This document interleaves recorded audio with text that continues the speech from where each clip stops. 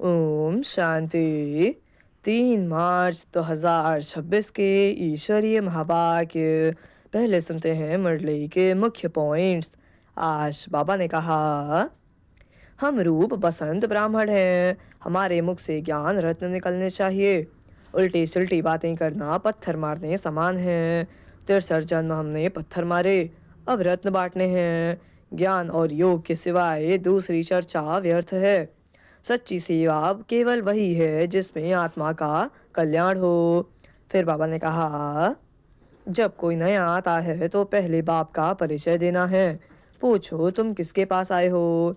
यह गुरु का स्थान नहीं, यह फैमिली है। प्रजापिता ब्रह्मा हमारा बाप है और शिव हमारा परमपिता है। बाप दादा को पहचानना ही ज्ञान की शुरुआत है। नेक्स्ट पॉइंट, बाप टीचर और सदगुरु एक ही निराकार हैं। मनुष्य गुरु ज्ञान का सागर नहीं हो सकते। शास्त्रों का ज्ञान फिलॉसफी है, पर यह स्पिरिचुअल नॉलेज है। ब्रह्मा द्वारा शिव बाबा पढ़ाते हैं। बेहद का वर्षा केवल बेहद के बाप से ही मिलता है। सर्विस करना ही ब्राह्मण जीवन का मुख्य लक्ष्य है। बाप की याद दिलाना सबसे बड़ी सेवा है। जो सर्विसेबल हैं वे बाप के दिल पर चढ़े हुए हैं। सेवा से ही ऊंचा पद मिलता है। सच्चा बच्चा वही जो औरों को वर्षा दिलाए। फिर लास्ट में बाबा ने कहा, बाप का परिचय देने में स्पष्टता होनी चाहिए। भगवान सर्वव्यापी नहीं, एक निराकार बिंदु है। लौकिक और पारलौकिक बाप का फर्क समझाओ। वर्षा सिर्फ शिव बाबा से मिलता है। स्पष्ट बुद्धि ही दूसरों की बुद्धि खोलती है। और अब सुनते हैं महावाक्यों को विस्तार से। मुरली का सार है, मीठे बच्चे तुम रूप बसंत हो, तुम्हारे मुख से सदैव ज्ञान रत्न ही निकलने चाहिए। जब भी नया कोई आए तो उसे बाप की पहचान दो। प्रश्न है आज का, अपनी अवस्था को एक रस बनाने का साधन कौन सा है? उत्तर, संग की संभाल करो तो अवस्था एक रस बनती जाएगी। हमेशा अच्छे सर्विसेबल स्टूडेंट का संग करना चाहिए। अगर कोई ज्ञान और योग के सिवाय उल्टी उल्टी बातें करते हैं, मुख से रत्नों के बदले पत्थर निकालते हैं, तो उनके संग से हमेशा सावधान रहना चाहिए। गीत है आज का, रात के राही। अच्छा, ओम शांति। ज्ञान और विज्ञान, इसको कहेंगे अल्फ और बे। बाप ज्ञान देते हैं अल्फ और बे का।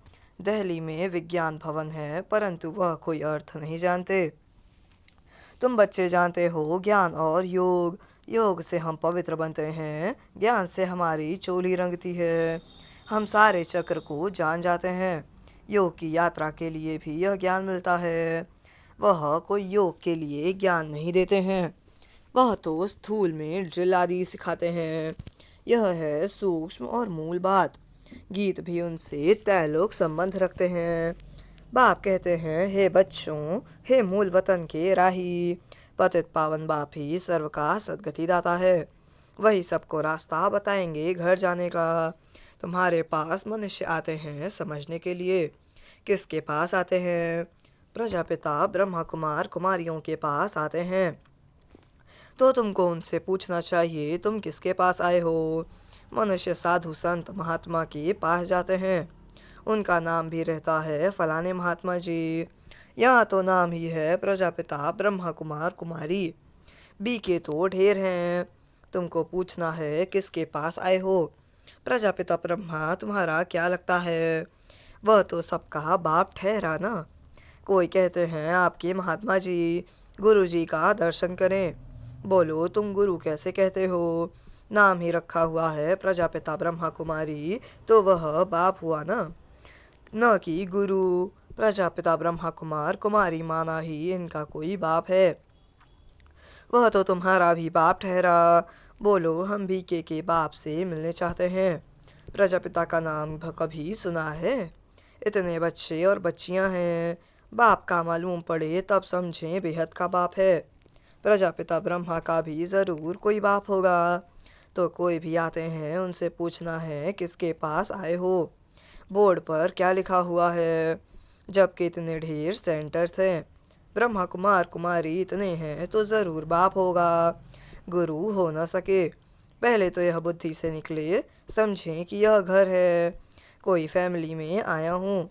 हम प्रजापिता ब्रह्मा की संतान हैं, तो ज़रूर तुम भी होंगे। अच्छा, वह ब्रह्मा फिर किसका बच्चा है? ब्रह्मा विष्णु, शंकर का रचयिता तो परमपिता परमात्मा शिव है। वह है ही बिंदी, उनका नाम है शिव।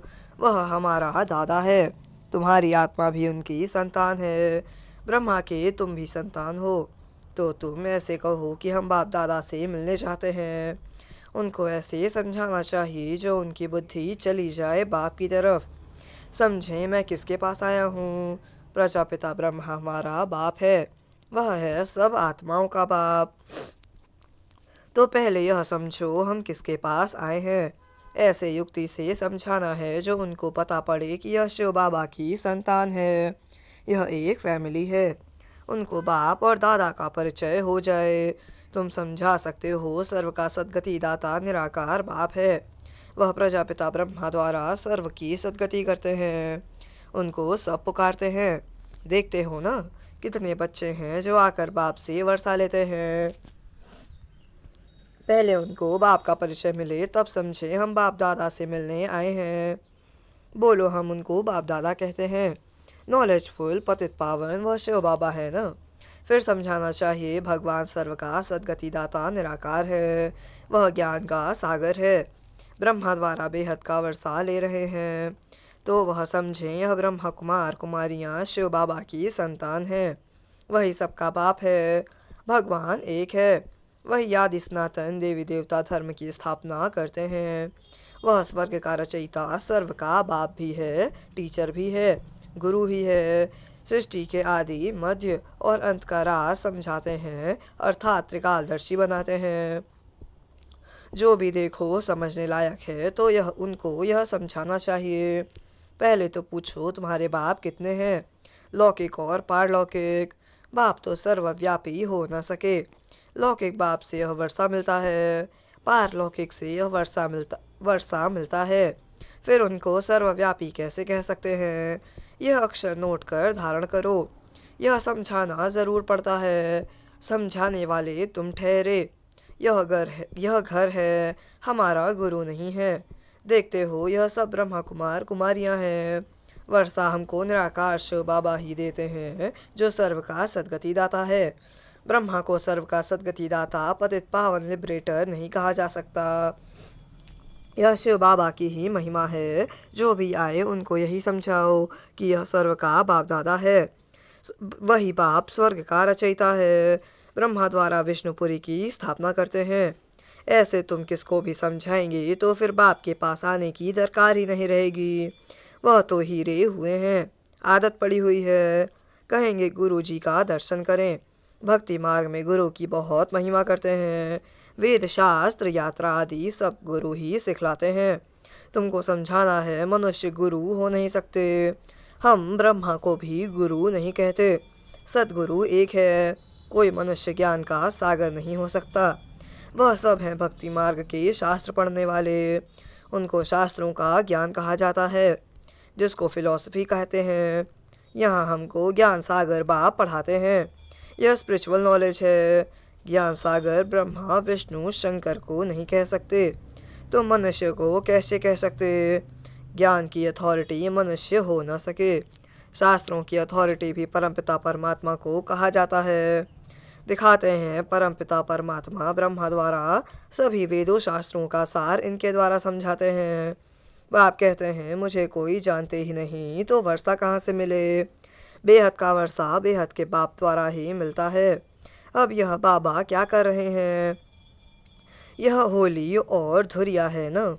ज्ञान और विज्ञान अक्षर सिर्फ दो हैं। मन मना भव का भी ज्ञान देते हैं। मुझे याद करो तो तुम्हारे विकर्म विनाश होंगे। तो यह ज्ञान विज्ञान है। होली और धुरिया, मनुष्यों में ज्ञान न होने के कारण वह तो एक दो के मुख में धूल डालते हैं भी ऐसे। गति सदगति किसकी भी होती नहीं, धूल ही मुख में डालते हैं। ज्ञान का तीसरा नेत्र किसको भी है नहीं। दंत कथाएं सुनते आए हैं, उनको कहा जाता है ब्लाइंड फेथ। अब तुम आत्माओं को ज्ञान का तीसरा नेत्र मिला है, तुम बच्चों को बाप से वर्षे की प्राप्ति के लिए राय देनी है तो उनको पता पड़े।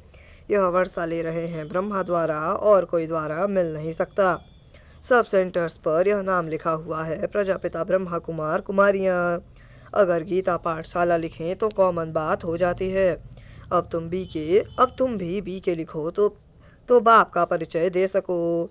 मनुष्य बी के नाम सुनकर डर जाते हैं, इसलिए गीता पाठशाला नाम लिखते हैं, परंतु इसमें डरने की कोई बात नहीं।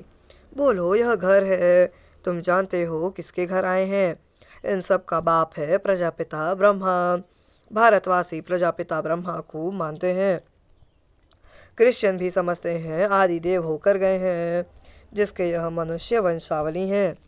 बाकी वह मानेंगे तो अपने क्राइस्ट को ही। क्राइस्ट को बुद्ध को फादर समझते हैं। सिजरा है ना।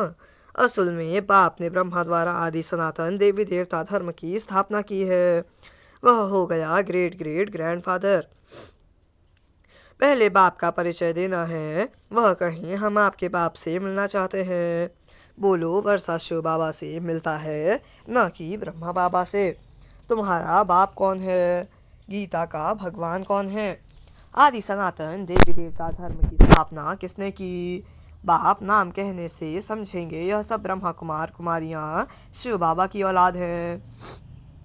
वर्षा मिलता है शिव से ब्रह्मा द्वारा गति व सदगति का। वह इस समय हमको जीवन मुक्ति दे रहे हैं, बाकी सब मुक्ति में चले जाएंगे। यह ज्ञान तुम बच्चों की बुद्धि में रहना चाहिए। कोई भी आए तो उसको समझाओ किसको मिलने चाहते हो। वह तो हमारा भी और तुम्हारा भी बाप है। गुरु गोसाई तो है ही नहीं। यह तो तुम समझते हो जैसे कि होली धुरिया कराते हो। नहीं तो होली धुरिया का कोई अर्थ नहीं निकलता। ज्ञान से चोली रंगते हो। आत्मा इस चोले के अंदर है। वह पवित्र बनने से शरीर भी पवित्र मिलेगा। यह तो पवित्र शरीर नहीं है, यह खलास हो जाना है। गंगा स्नान शरीर को कराते हैं, परंतु पतित पावन बाप के सिवाय कोई है नहीं।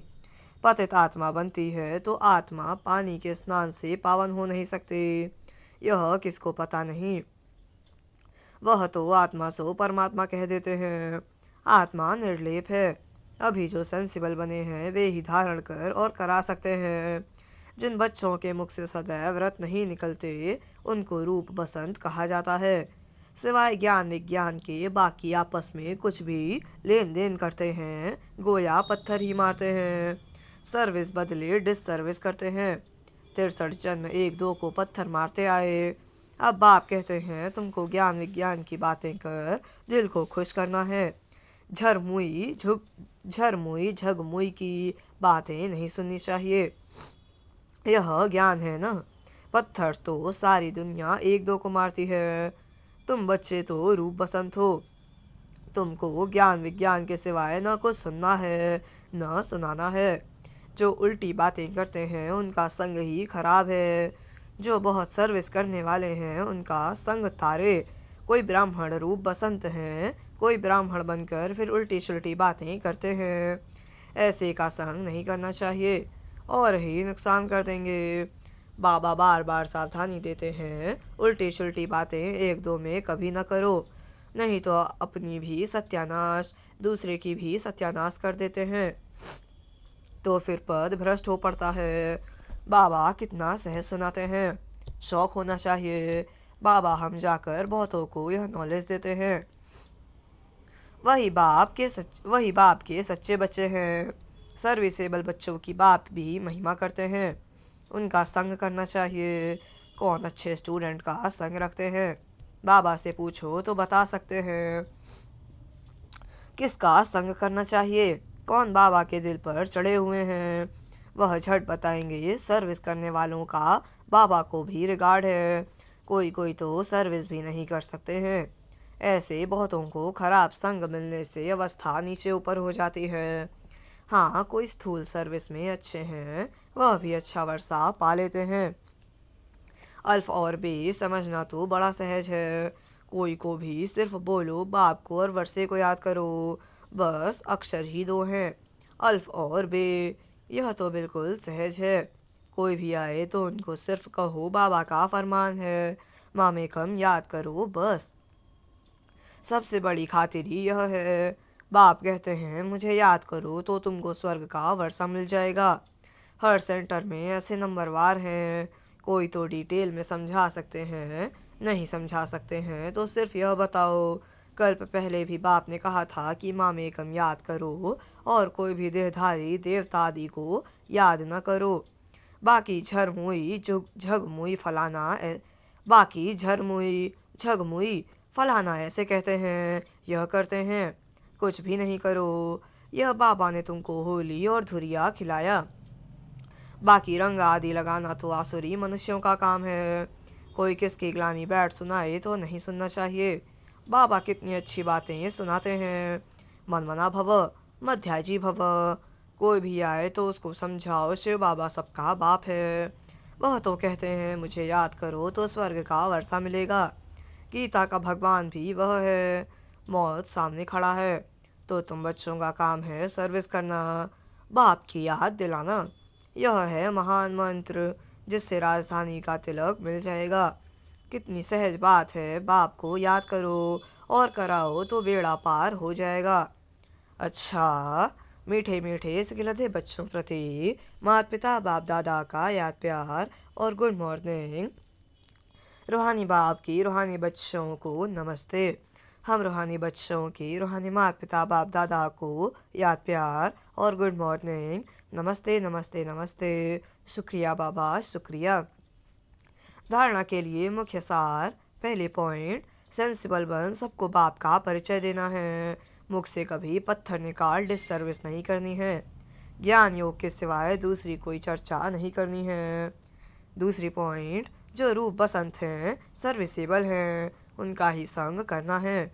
जो उल्टी शुल्टी बातें सुनाएं उनका संग नहीं करना है। वरदान है आज का, नॉलेज द्वारा रावण के बहुरूपों को जानकर उसकी अट्रैक्शन से मुक्त रहने वाले हिम्मतवान भव। नॉलेज द्वारा रावण के बहुरूपों को जानकर उसके अट्रैक्शन से मुक्त रहने वाले हिम्मतवान भव।